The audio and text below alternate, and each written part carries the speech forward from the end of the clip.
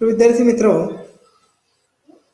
आज आपण भारतातील प्रमुख दलित चळवळींचा अभ्यास करणार आहोत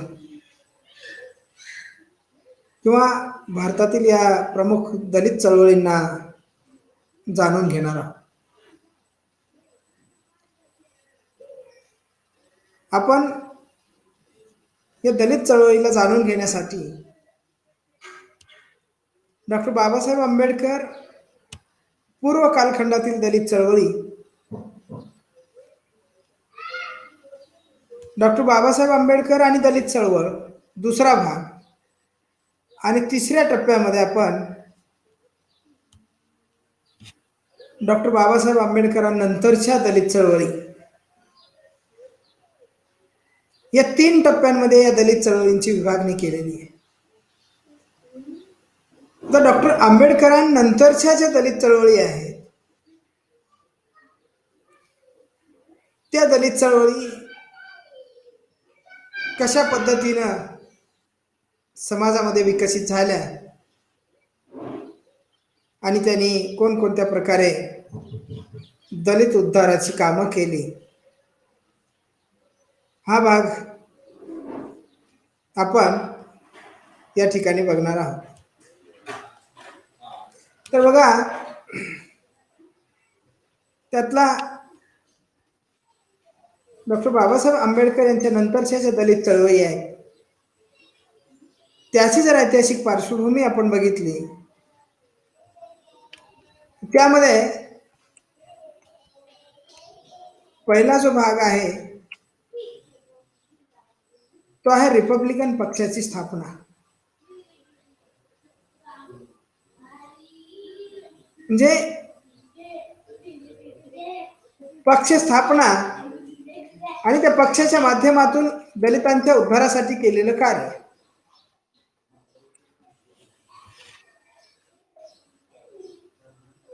पक्षातील मतभेद,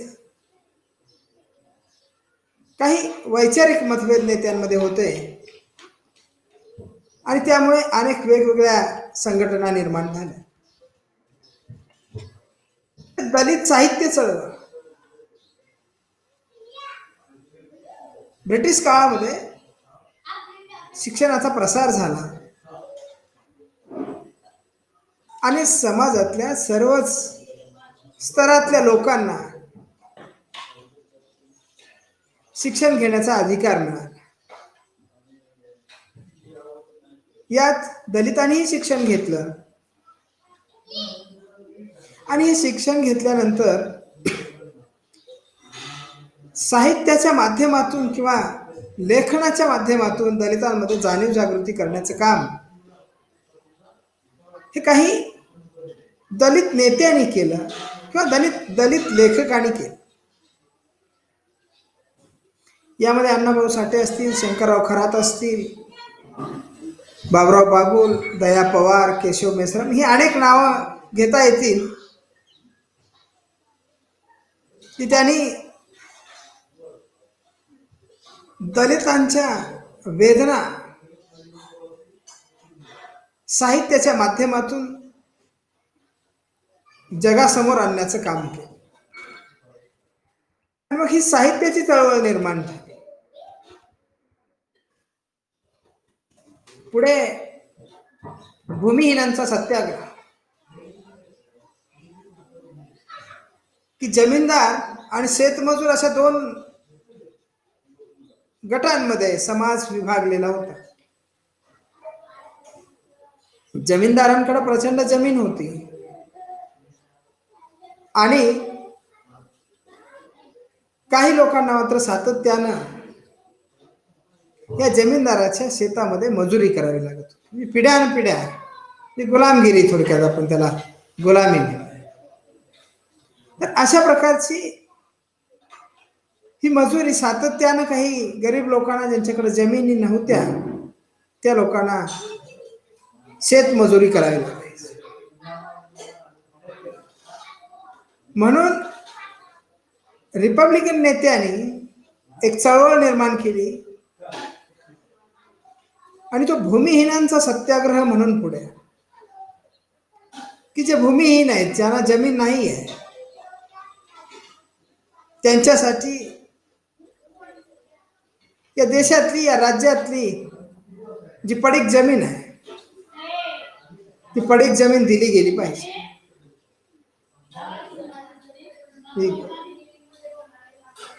लाखो हेक्टर जमीन ही पडीक होती,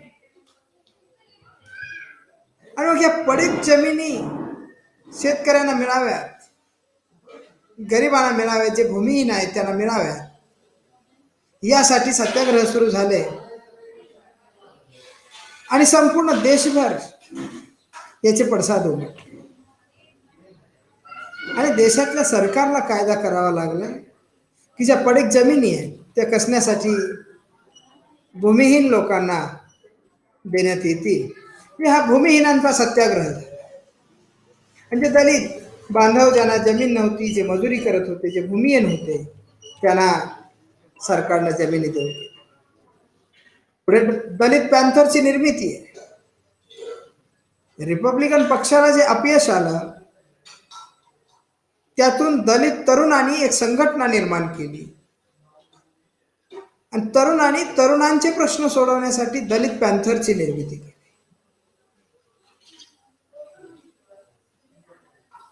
जी वेगवेगळ्या प्रकारचे प्रश्न आहेत, जी दलित समाजातली नैराश्याची भावना आहे, ही घालवण्यासाठी तरुणांनी एकत्र येऊन या दलित पॅन्थरची निर्मिती केली. बघा, ग्रामीण व दलितापासून दुरावलेले नेतृत्व,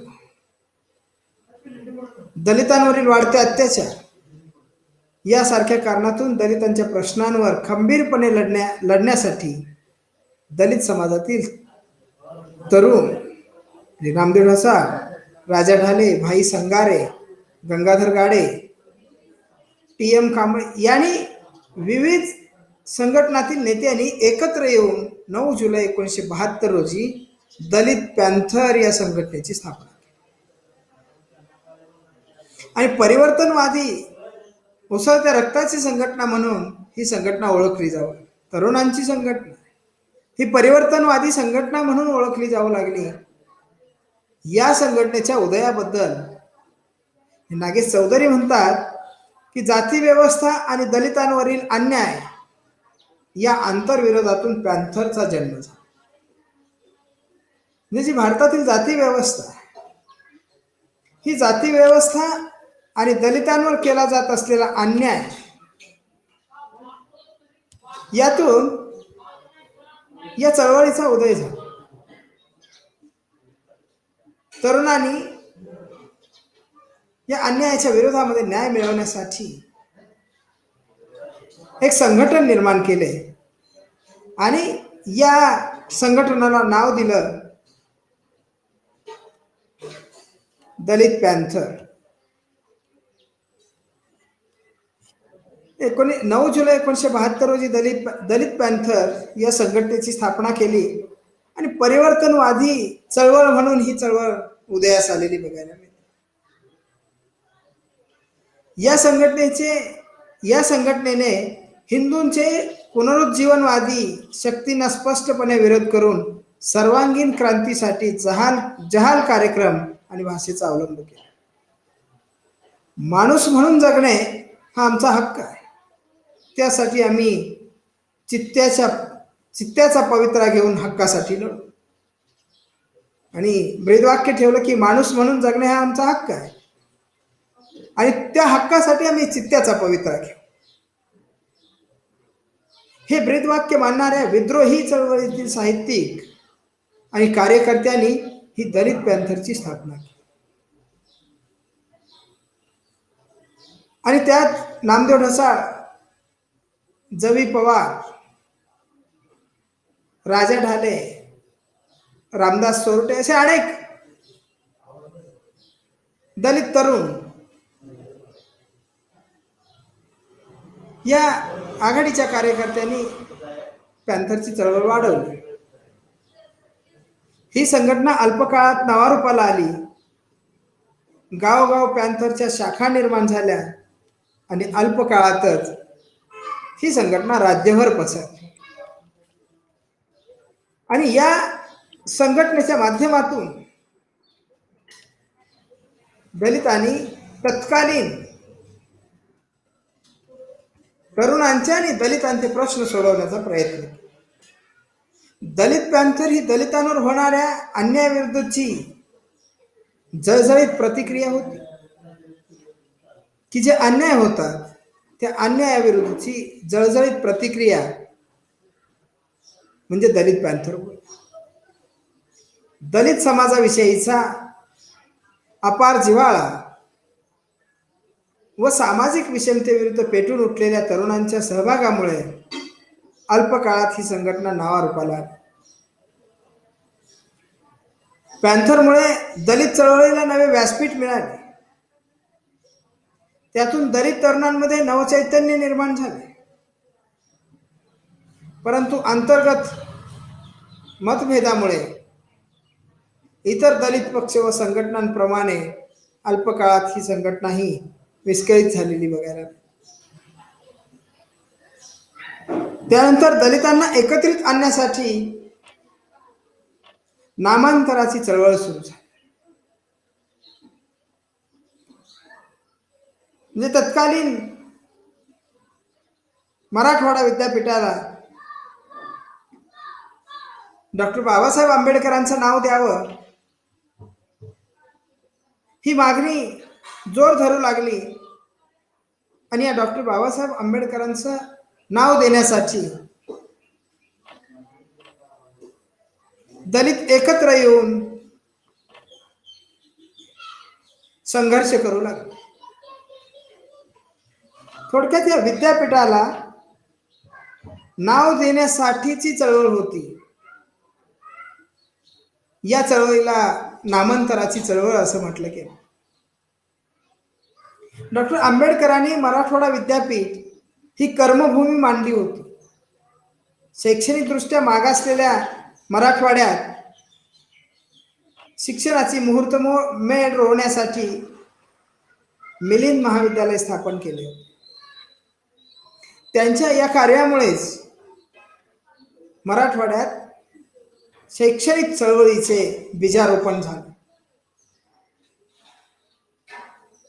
त्या कार्याचा उचित गौरव व्हावा किंवा त्या कार्याचा उचित गौरव करण्यासाठी तत्कालीन मराठवाडा विद्यापीठाला बाबासाहेबांचे नाव द्यावे अशी मागणी दलित पॅन्थरने केली. या मागणीचे जनतेने स्वागत केले. या मागणीला समर्थन मिळवण्यासाठी दलित पॅन्थरने मराठवाड्यातील विविध क्षेत्रातील मान्यवरांच्या सह्यांची मोहीम हाती घेतली. की या विद्यापीठाला नाव मिळावं किंवा या विद्यापीठाला नाव दिलं जावं. ती बाबासाहेबांची कर्मभूमी आहे. खऱ्या अर्थानं मराठवाड्यामध्ये शिक्षणाचं बीजारोपण करण्यासाठी औरंगाबाद या ठिकाणी बाबासाहेबांनी मिलिंद महाविद्यालयाची स्थापना केली. आणि म्हणून ही बाबासाहेबांची कर्मभूमी आहे. आणि या कर्मभूमीमध्ये जे विद्यापीठ स्थापन झालंय त्या विद्यापीठाला बाबासाहेबांचं नाव मिळालं पाहिजे यासाठी दलित पॅन्थरच्या माध्यमातून दलित तरुणांनी ही चळवळ सुरू केली.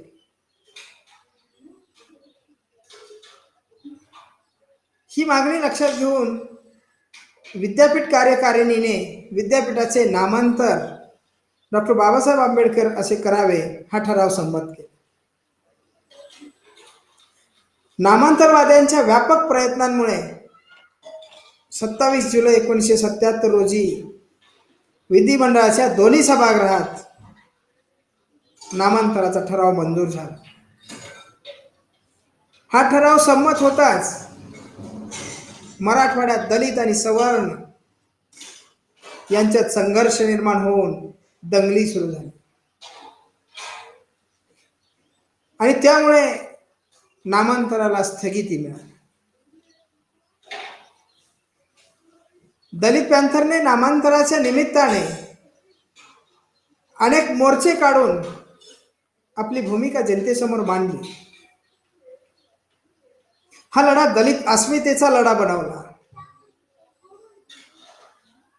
या लढ्यात 1977 साली पॅंथरने काढलेला मोर्चा, 1978 मध्ये दिल्ली येथे काढलेला मोर्चा आणि 1979 मध्ये औरंगाबाद येथे झालेला नामांतर सत्याग्रह, या 3 चळवळी नामांतर काळातील महत्वपूर्ण चळवळी मानल्या जातात. या 3 घटना 1977 साली काढलेला मोर्चा, 1978 साली दिल्लीत काढलेला मोर्चा आणि 1979 साली औरंगाबाद येथे झालेले नामांतरण सत्याग्रह, या 3ही घटना, या चळवळीमुळे दलित समाजात भावनिक ऐक्य आणि एकात्मता निर्माण झाली. समाज एकवटला, एकत्र आले आणि नामांतराची चळवळ अधिक मजबूत बनत गेली. या लढ्यातून समाज प्रबोधनालाही चालना मिळाली. मराठवाडा ही आमची प्रादेशिक अस्मिता आहे, त्यामुळे विद्यापीठांचे नामांतर करू नये, ही सवर्ण आणि नामांतर विरोधी संघटना सुरू झाली.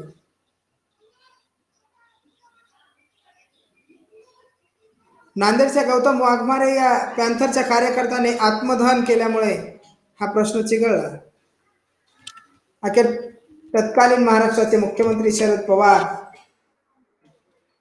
यांनी विरोधी पक्ष, विविध नामांतरण विरोधी संघटना आणि दलित संघटना यांच्याशी विचारविनिमय करून 14 जानेवारी 1994 रोजी महाराष्ट्र शासनाने मराठवाडा विद्यापीठाचे नामांतराऐवजी नामविस्तार केला आणि विद्यापीठाला डॉक्टर बाबासाहेब आंबेडकर मराठवाडा विद्यापीठ असे नाव दिले. की दोन्हींचा योग साधवला आणि नामविस्तार केला. बाबासाहेबांचं नावही दिलं आणि मराठवाडा विद्यापीठाचं नाव कायमही ठेवलं आणि अशा पद्धतीनं ही नामांतरणाची चळवळ दलितांना संघटित करण्यासाठी आणि दलितांचे प्रश्न समाजासमोर आणण्यासाठी महत्वाची ठरली. पुढे दलित मुक्ती सेना, प्राध्यापक जोगेंद्र कवाडे यांनी नामांतराचा लढा आणि दलित प्रश्न सोडवणुकीसाठी दलित मुक्ती सेना ही दलित तरुणांची जहाल संघटना स्थापन केली. त्यांच्या आक्रमक आणि विद्रोही वक्तृत्वामुळे अनेक दलित तरुण संघटनेकडे आकर्षित झाले. त्यांनी नागपूर ते औरंगाबाद असा लॉंग मार्च काढला आणि या लॉंग मार्च मध्ये विविध पुरोगामी संघटना, दलित तरुणांनी सहभाग घेतला. त्यांच्या आक्रमक भूमिकेमुळे सरकारने जिल्हाबंदीचे आदेश लागू केले. त्यांनी 25 जानेवारी 1994 मध्ये दलित मुस्लिम अल्पसंख्याक सुरक्षा महामंडळाची स्थापना करून दलित आणि मुस्लिमांमध्ये ऐक्य घडवून आणण्याचा प्रयत्न केला. या दलित मुक्ती सेनेच्या माध्यमातून दलित तरुणांना एकत्रित करून जहालवादी परिवर्तन समाजामध्ये घडवून आणण्यासाठी हे तरुण एकत्रित आले. जहालवादी विचारावर आधारलेली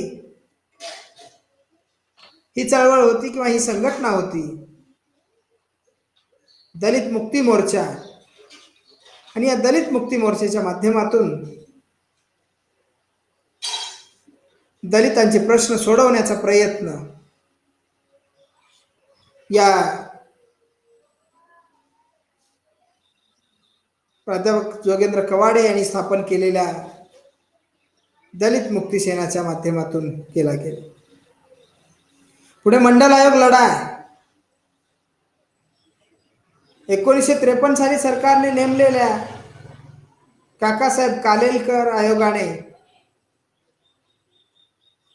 2399 जातींना मागासवर्ग म्हणून विकसित केले की या देशातील 2399 ज्या जाती आहेत या जाती मागासवर्गातील आहेत, त्या मागास आहेत.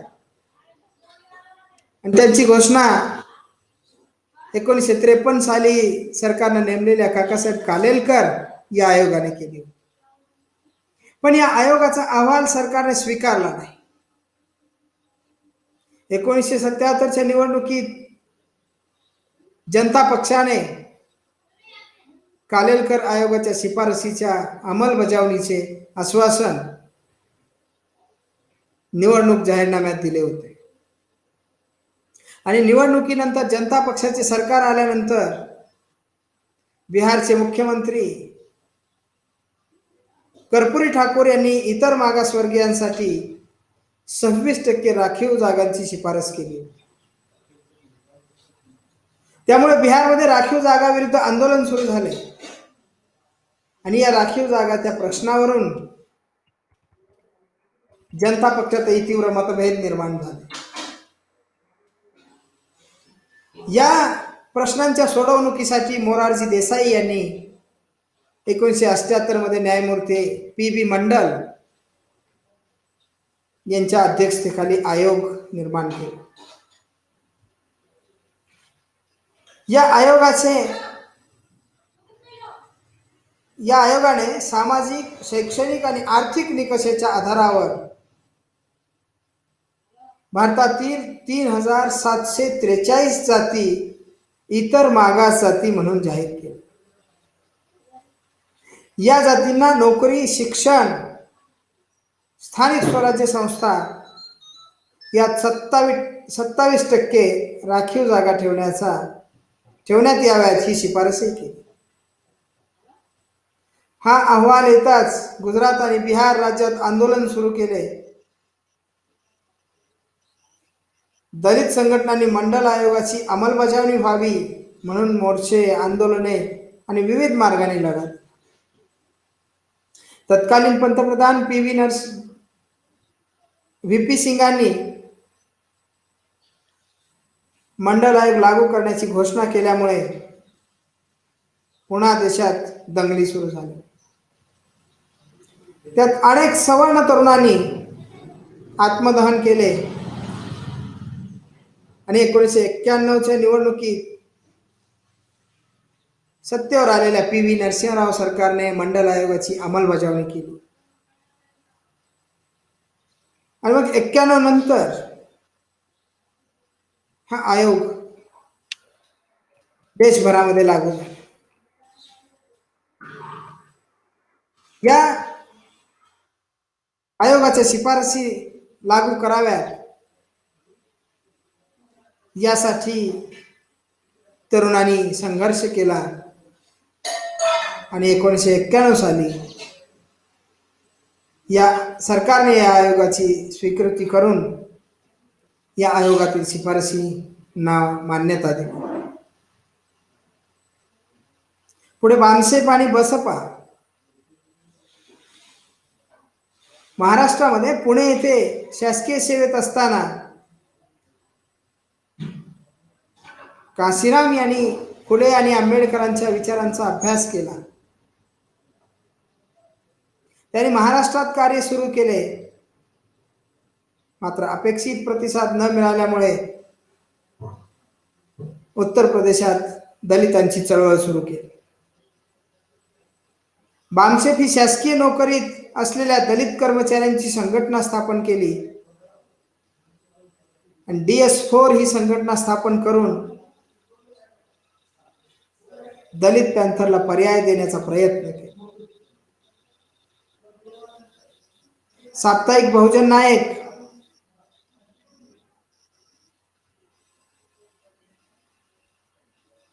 बहुजन समाज पार्टीची स्थापना करून सर्व देशातील दलितांना संघटित करण्याचा प्रयत्न केला.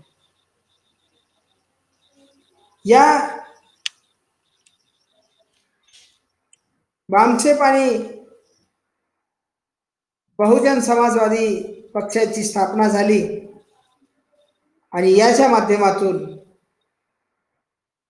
दलित उद्धाराचे कार्य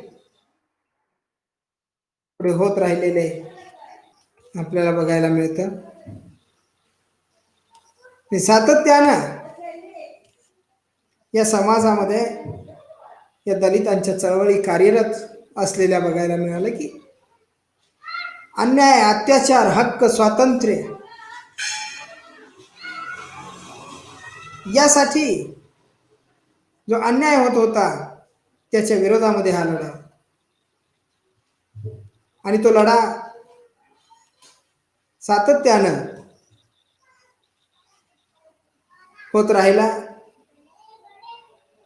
आणि काळानुरूप दलितांचे प्रश्न सोडवण्याचा प्रयत्न या चळवळीच्या माध्यमातून केला गेलेला आपल्याला बघायला मिळतो. तर आज आपण या ठिकाणी थांबू. धन्यवाद.